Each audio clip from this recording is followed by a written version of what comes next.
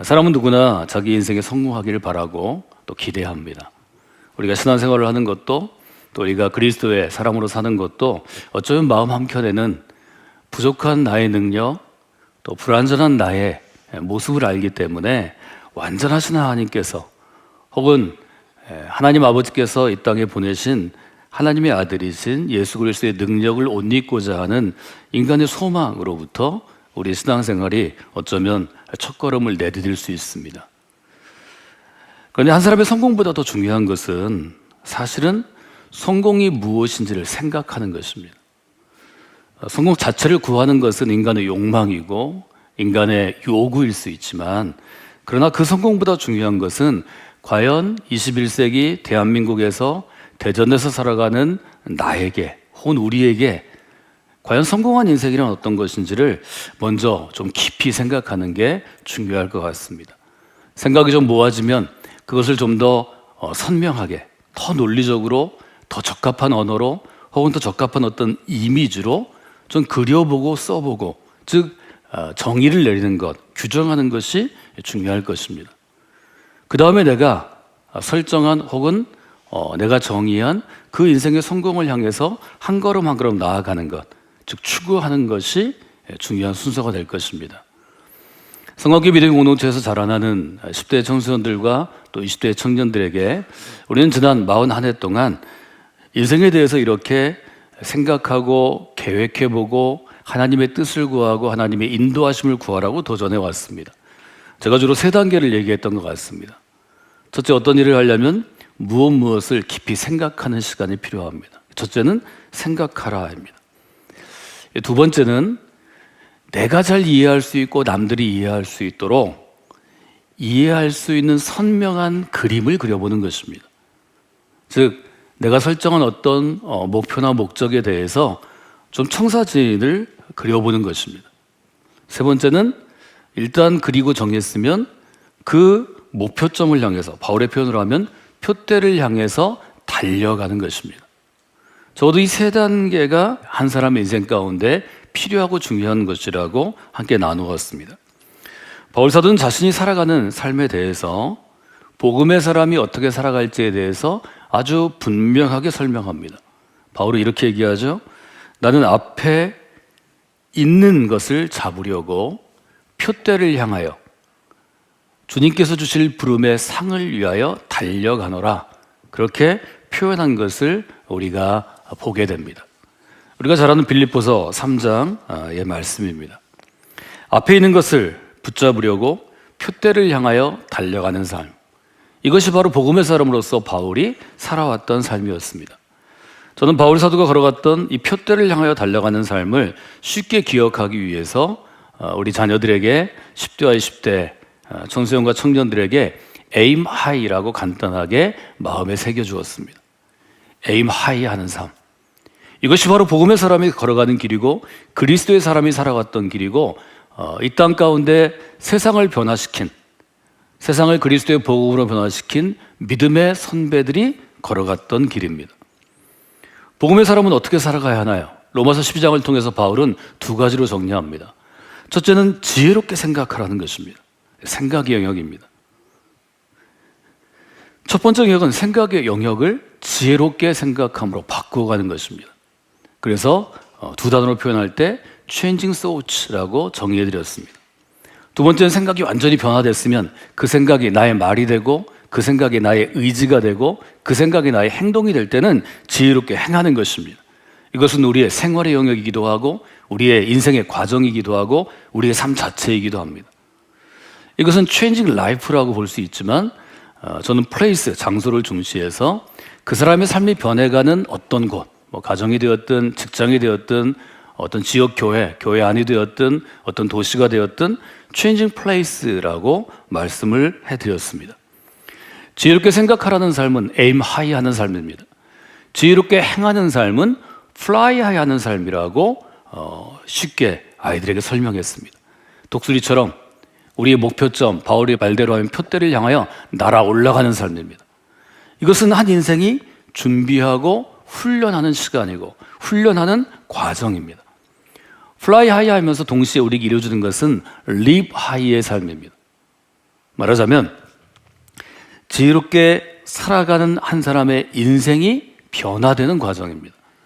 그래서 지혜롭게 생각하라, 지혜롭게 행하라. 이것을 가지고 지난 수십 년간 우리의 자녀들을 길러내기 위해서 우리가 계속해서 노력해 왔습니다. 에머슨의 시로 돌아가면 시인은 어떤 삶을 진정으로 성공한 삶이라고 표현하나요? 내 자신이 태어나기 이전보다 세상을 조금 더 살기 좋은 곳으로 변화시켜 놓고 떠나는 것, changing place 하는 거죠. 또 더 나아가면 changing time 하는 거죠. 이것이 쓰임받는 인생이요, 하나님께 부름받아 하나님께 사로잡힌 삶이라고 바울은 고백합니다. 또 하나가 있죠. 자신이 한순간 이곳에 머물러 있으므로, 즉 살아있으므로, 존재해 있으므로 나와 함께 삶을 나누었던 한 사람의 인생이라도 더 복 있는 인생으로 변화되는 것입니다. 이것은 시편이 그토록 강조하는 복 있는 인생의 비결입니다. 여러분, 한 사람 한 사람이 누군가의 희생으로, 혹은 누군가의 사랑으로, 혹은 누군가의 헌신으로 그리스도인이 됐을 것입니다. 여러분이 그 귀한 헌신의 손길을 잊지 않아야 합니다. 우리는 그것을 감사하는 삶이라고 표현합니다. 그리스도의 감사는 은혜를 잊지 않는 것입니다. 구역의 표현으로 하면 은혜를 기억하는 것입니다. 여러분이 성경교회 믿음의 공동체 안에서 오랜 시간을 함께 하신 분이나 아니면 이제 첫 발걸음을 시작하는 새 가족이나 지나간 41해 동안의 귀한 믿음의 스토리를 여러분들이 만들어 가시는 분인데, 이 스토리가 쓰여지는 귀한 분들이 되시기를 원합니다. 이것이 진정한 그리스도인으로서, 복음의 사람으로서 성공한 삶이요, 하나님께 인정받는 삶이 될 수 있습니다. 어떻게 하면 우리가 하나님께서 인정하시고 하나님께서 귀하게 평가하시는 삶을 살아갈 수 있나요? 로마서 12장은 분명하게 얘기하죠. 형제를 사랑하여 서로 우애하고 존경하기를 서로 먼저 하셔야 합니다. 부지런하여 게으르지 말고 열심을 품고 열정 가운데 주님을 섬겨야 합니다. 소망 중에는 즐거워하고 환난 중에는 참아내면서 기도에 힘써야 합니다. 성도들의 쓸 것을 공급하며 손 대접하기를 힘써야 합니다. 저도 이 구절들을 여러분들이 암송하시면 좋겠습니다.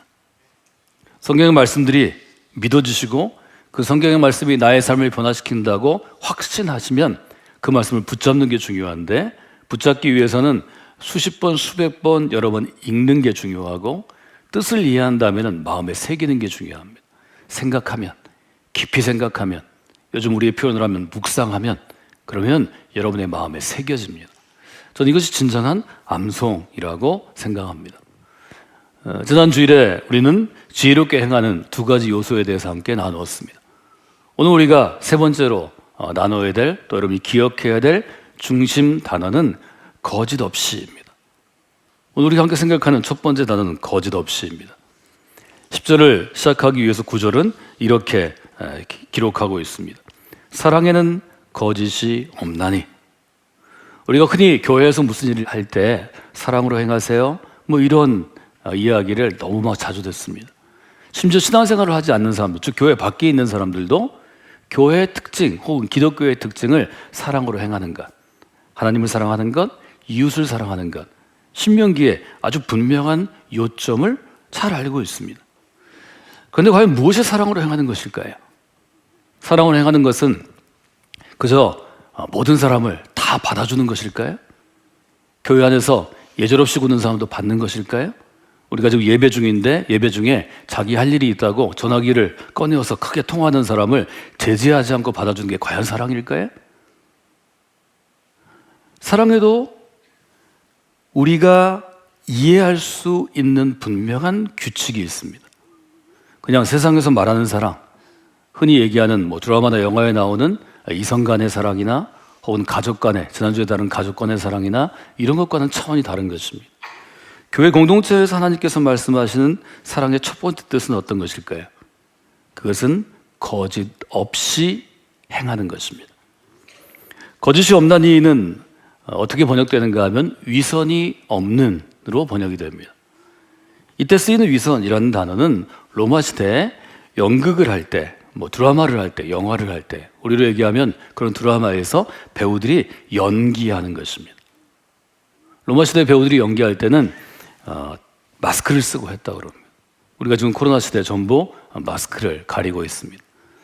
코와 입을 가리는 것이기 때문에 눈은 살아있죠. 그래서 마스크 미남, 마스크 미인이 있다고 그럽니다. 마스크 효과죠. 위선이라는 것은 왜 생겨났는가? 이 위선을 왜 거짓이 없나니로 번역하는가? 그 이유는 배우들이 어떤 역을 맡을 때 젊은 사람이 노인 역을 맡을 수 있습니다. 그러면 노인의 마스크를 쓰고 노인처럼 말하고 노인처럼 행동하는 것입니다. 평범한 사람이 왕의 역할을 맡을 수 있습니다. 그러면 왕의 마스크를 쓰고 왕의 역할을 하는 것입니다. 말하자면 마스크를 쓰고 연기를 한다는 것은 거짓된 삶입니다. 거짓된 말, 거짓된 행동, 거짓된 스토리를 써가는 것입니다. 이것 때문에 그 단어를 여기서 지금 쓰고 있는 것입니다. 내가 진심으로 말하는 것, 내가 겉과 속이 똑같이 일치하도록 말하는 것, 믿을 수 있는 신실함으로 말하는 것이 아니라 거짓으로 말하는 것, 이것이 바로 위선이라는 것입니다. 마스크를 쓰는 것이라는 것입니다. 복음의 사람이 교회 공동체 안에서 행하는 모든 일에는 우리가 섬김이라고 부르든 봉사라고 부르든 아니면 신앙생활이라고 부르든 거짓 없이 하려고 노력해야 하는 것입니다. 말하자면 가면을 벗는 것입니다.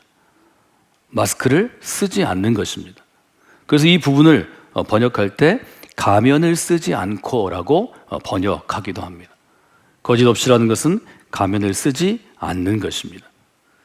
여러분들이 교회 안에서 신앙생활 하실 때, 특별히 교회 공동체 가운데 있을 때, 우리가 지금 예배 중에 있는데요, 예배 중에 우리가 이렇게 있을 때는 모두 얼굴에 화를 내지는 않죠. 더 부드러운 미소를 띠려고 노력하고, 또 예배 중에 집중하려고 노력하고, 또 더 경건한 모습을 갖기 위해서 노력합니다. 이때 함부로 하는 사람은 없습니다. 즉 우리가 마음에 어떤 생각을 갖고 있든지 겉에 일정한 마스크, 가면을 쓰고 있는 것입니다. 그래서 많은 책들이 지적하기를 이 세상에 있는 여러 단체나 기관이나 조직 중에서 사람들이 가면을 제일 많이 쓰는 장소가 학교도 아니고 직장도 아니고 국회도 아니고 교회라는 지적들을 우리가 보게 됩니다. 교회 와서 거리낌 없이 욕하거나 상소리하는 사람은 없습니다. 교회 와서 자기의 나쁜 행동을 아주 자랑스럽게 하는 사람도 없습니다. 교회에 오면 마치 주님 앞에 있는 것처럼, 교회 와서 목사님 앞에 서거나 성도들과 함께 있을 때는 더 경건해지려고 애쓰고 선한 마음을 가지고 노력하는 것입니다. 저는 이것이 나쁘지 않다고 생각합니다. 우리가 살아가는 일상의 생활, 가정이나 직장에서는 지금보다 못한 사람일지라도 그래도 교회 안에서 성도들과 어떤 일을 할 때, 사역을 할 때 주님 보시는 것처럼 하나님 앞에서 우리가 더욱더 경건해지려고 노력하는 것은 매우 중요한 것입니다. 여러분 예배 가운데 나오실 때 마치 아침에 여러분들이 교회에 나오기 위해서 몸을 정리하고 단장할 때 거울을 보는 것처럼 여러분의 본 모습을 좀 보는 시간이 되시면 좋겠습니다. 나의 부족함, 나의 연약함, 나의 더럽혀진 것, 그걸 결단하시면 됩니다. 이것보다는 더 하나님 보시기에 순전하고 정결한 사람으로 서야 하겠다. 이런 도전 가운데 설 때 우리의 예배가 살아있게 될 것입니다. 교회 안에서 거짓 없이 행하기 위해서 더 노력하실 때 그때 사랑의 기적이 우리 가운데 일어나는 것입니다. 두 번째로 생각할 수 있는 것은 분별함이라는 단어입니다. 사랑은 우리가 생각할 때는 부모가 아이들을 기르고 또 키울 때 받아주는 것처럼 모든 것을 감싸 안는 좋은 면이 있지만 특별히 믿음 안에서 교회 공동체에서 우리가 사랑으로 행할 때에는 지혜롭게 분별할 수 있어야 합니다. 분별하다라는 단어는 어떤 단어인가요? 예를 들면 아이들이 어떤 놀이를 할 때 동그란 모양의 장난감이 있고 네모진 모양의 장난감이 있고 세모 모양의 장난감이 있을 때 이것들을 종류별로, 생긴 종류별로 나누기 합니다. 맞아, 분별하다는 것은 서로 다른 어떤 사물을 종류에 따라 갈라내는 것입니다. 그런데 이것이 발전해서 세상이 돌아가는 어떤 형편을 사리에 맞게, 논리에 맞게 지혜롭게 헤아리고 판단하는 것이 분별하는 것입니다. 구절에 보면 악을 미워하고 선에 속하라 이렇게 기록되어 있습니다. 악을 미워하고 선에 속하라는 것은 뭘 의미하나요? 믿음 안에서 사랑으로 살아가는 것은 악과 선을 분별할 줄 아는 것입니다. 여러분이 지혜롭게 행하기 위해서는 악과 선을 분별해야 합니다. 저는 그렇게 써봤습니다. 복음의 사람은 악한 일은 미워해야 합니다. 여기 아주 분명하게 미워하라 이렇게 로마서가 얘기하죠. 미워한다는 것은 어떤 의미인가요? 용납하지 않는 것입니다. 용납하는 것은 허용하는 것입니다. 말하자면 악한 것은 허용하지 않으려고 노력하는 것이 복음의 사람이 행하는 일입니다.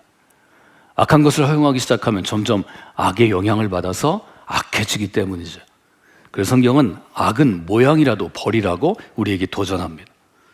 신앙생활은 동행하는 것이라고 우리가 함께 나누었습니다. 우리 코로나가 시작되면서 교회에 모일 수 없는 3월과 4월에 그 사순절의 어려움 동안에 저는 신앙은 같이 걷는 것입니다 라고 여러분과 함께 나누었습니다. 신앙은 그리스도와 같이 걸어가는 것입니다. 신앙은 하나님 아버지의 손을 붙잡고 걸어가는 것입니다. 신앙은 성도들과 함께 어깨동무하고 성전을 향하여 하나님의 거룩한 처소를 향하여 나아가는 것입니다. 즉 동행하는 것입니다. 여기 미워한다는 것은 무엇인가 하면 동행하지 않는 것입니다. 분별한다는 것은 악한 것은 동행하지 않는 것입니다. 함께하지 않는 것입니다. 시편 1편에 얘기한 것처럼 악한 길은 걷지 아니하고 앉지 아니하고 서지 아니하는 것입니다. 그것이 분별하는 능력이라고 볼 수 있습니다. 여러분이 성령께 믿음의 공동체 안에서 악과 선을 분별하는 아주 지혜로운 그리스도인으로 서시는 분들이 되시면 좋겠습니다. 그러면 선은 어떻게 해야 되나요? 선에는 속하라 이렇게 되어 있습니다. 여기 속하다라는 헬라어 단어를 기억하실 때에는 여러분이 옛날 우리가 쓰던 아교를 생각하시면 좋을 것 같습니다. 우리가 힘들고 어렵고 못 살 때 그때는 가구가 되었든 어떤 전자제품이 되었든 우리가 쓰는 생활용품들을 웬만하면 다 고쳤어야 합니다. 근데 떨어져 나가서 도무지 붙일 수 없는 것들은 아교를 녹여서 붙일 수 있습니다. 지금으로 얘기하면 접착제라고 볼 수 있을 것 같습니다. 아주 접착력이 강한 접착제처럼 사랑에 속해 있으라는 것입니다. 그래서 여기 속하다라는 단어는 우리말로 번역하면 이렇게 풀어서 번역할 수 있습니다. 떼어지지 않게 아주 꽉 굳게 결합하는 것입니다. 복음의 사람은 이처럼 악을 향해서는 동행하지 않고 악은 허용하지 않고 선은 아주 악교로 붙이는 것처럼 아주 밀착되어서 동행하도록 분별력 있게 행해야 한다는 것입니다. 여러분 교회 공동체 안에서도요 우리가 어떤 것이 악하고 선한 것을 분별을 잘해야 될 때가 있습니다. 제가 그 어떤 범죄에 대한 책을 좀 보다가 사람들이 많이 사기를 당하는 말하자면 우리가 사기꾼이라고 불리는 사기의 전문가들의 몇 가지 특징이 있답니다. 첫째는 많은 사람들이 사기를 당하는 사람들의 첫 번째 특징은 전화 목소리가 아주 좋답니다. 전화를 딱 들었을 때 딱 제 목소리 같은 거죠. 약간 중저음인데 아주 낮지 않고 고음이 아니라는 거죠. 제 목소리를 조심하셔야 합니다. 잘 들리는 목소리가 있습니다. 전화로 듣다 보면 처음에는 싸우려고 혹은 따지려고 전화를 받았는데 듣다 보면 일주일만 기다리세요? 제가 기다리죠. 조금 더 기다려보세요. 한 달도 기다릴 수 있어요. 기다리시는 김에 이번에 그러면 1억만 더 송금하시겠어요? 송금할 수 있어요. 30분이면 이렇게 된다는 거죠. 목소리가 아주 좋고 목소리가 매우 부드럽고 절대로 나를 이용하지 않을 것처럼 신뢰감을 준다는 거죠. 두 번째는 외모랍니다. 사람은 외모가 평가의 기준이 있는데요 나보다 조금 잘생기면 그 사람을 시기합니다. 가까이 잘 가지 않습니다. 그런데 자기보다 조금 못하면 경멸한답니다. 사람은 다 그런 거죠. 외모도 자기보다 뛰어난 사람은 시기하고 자기보다 좀 못하면 경멸해서 그걸 가지고도 우월감을 갖는다는 거죠. 그래서 여러분을 잘 속일 수 있는 사람들은 여러분의 외모보다 뛰어날까요? 조금 못할까요? 조금 못한 사람입니다. 딱 점은 적당하죠. 아주 뛰어나지도 않고 아주 못하지도 않은 사람이 속일 수 있다는 것입니다. 그렇기 때문에 분별력이 필요합니다. 여러분이 지혜롭게 행하기 위해서는 늘 분별력을 갖도록 노력하셔야 합니다. 여러분, 누구나 속을 수 있는 것입니다. 특히 악한 행위는, 악한 사람은 천사의 모습으로 우리에게 오는 것입니다. 교회들이 어렵고 힘들 때 대부분 그 일들을 가져온 사람들을 만나보면 대부분이 아주 신사처럼 생겼습니다. 숙녀 같습니다. 말도 잘합니다. 그런데 그 마음에 모짐과 악함이 쓴뿌리처럼 있기 때문에 그 역할들을 하는 것입니다. 그래서 여러분, 분별력 있게 행하려고 노력하셔야 합니다. 세 번째로 여러분이 기억할 단어는 참음으로입니다. 12절에 이렇게 되어 있죠. 소망 중에 즐거워하며 환난 중에 참으며 기도에 항상 힘쓰며. 여러분, 복음의 사람이 교회를 섬기는 일이 쉬울까요? 어려울까요? 우리가 교회 안에서 처음에 믿음 생활을 해서 그저 예배 정도, 주일 예배 정도 오며 가며 왔다 갔다, 교회 왔다 갔다 하길 때는 교회 다니는 게 별로 사실은 그렇게 어려운 일이 아닙니다. 그러나 우리가 신앙의 결단이 생기고 헌신하고 교회를 사랑하게 되고 교회 안에서 어떤 일을 책임져서 맡으면 교회 공동체를 섬기는 일은 절대로 쉽지 않습니다. 많은 분들이 교회 안에서 열심을 품고, 게으르짐하고 열심을 품고 주를 섬기라고 되어 있는데, 사역하다가 교회 학교 생활을 열심히 하다가 어떤 갈등이 생기고 자기가 문제를 일으키거나 혹은 문제의 대상이 되거나 이런 일이 있으면 그때 낙담하는 것입니다. 이 점에 대해서 여러분들이 참음이라는 단어를 잘 기억하시면 좋을 것 같습니다. 그리스도로 인해서 오는 환난은 참아야 하는 것입니다. 그것을 참아내지 않으면 교회의 미래는 없습니다. 여러분, 교회의 미래는 교회가 없어져서 없어지는 게 아닙니다. 성도가 없어서 없어지는 게 아닙니다. 목회자로 지망하는 젊은 청년들이 없어서 없어지는 게 아닙니다. 믿음 있는 복음의 사람이 바로 그 시점에 그 교회에 없기 때문입니다. 이것이 아브라함에게 주신 하나님의 최종 테스트 결과 아니었나요? 이것이 다윗에게 말씀하신 것이 아니었나요? 이것이 에스겔에게, 예레미야에게, 이사야에게 말씀하신 것이 아니었나요? 여러분, 그 점을 분명히 보셔야 합니다. 왜 복음의 사람에게 참음이 중요합니까? 환난을 참아내는 사람을 통하여 그 시대에 믿음이 유지되고 그 믿음이 다음 세대에 전해지기 때문입니다. 성곽기 믿음의 공동체가 그런 교회가 되기를 원합니다. 사랑하는 여러분, 우리는 지혜롭게 행하기 위해서 어떻게 해야 합니까? 지난주에 우리는 존중함으로 행해야 한다고 말씀드렸습니다. 공급함으로 행해야 한다고 말씀드렸습니다. 왜냐하면 교회는 서로 다양한 재료들이 모여서 서로 연결되고 함께 지어져 가기 때문입니다. 서로 연결되고 함께 지어져 가기 위해서는 다양한 재료로 모인 우리 한 사람 한 사람의 성도들이 거짓 없이 행해야 합니다. 악과 선을 분별해서 선한 쪽을 선택해야 합니다. 그리고 환난과 시험과 고통을 참음으로 교회라는 하나님이 지으시는 위대한 거룩한 집을 지어가는 것입니다. 성곽의 믿음의 공동체가 지난 41해 동안 이렇게 집을 지어왔습니다. 앞으로도 41해 동안, 또 50년 동안, 100년 동안 더 귀한 집이 지어지기를 기대합니다. 하나님께서 여러분을 통해서 성광교회를 아름다운 믿음의 집으로 지어가실 것입니다. 여러분 모두 그런 분들이 되시기를 주님의 이름으로 축원해 드립니다.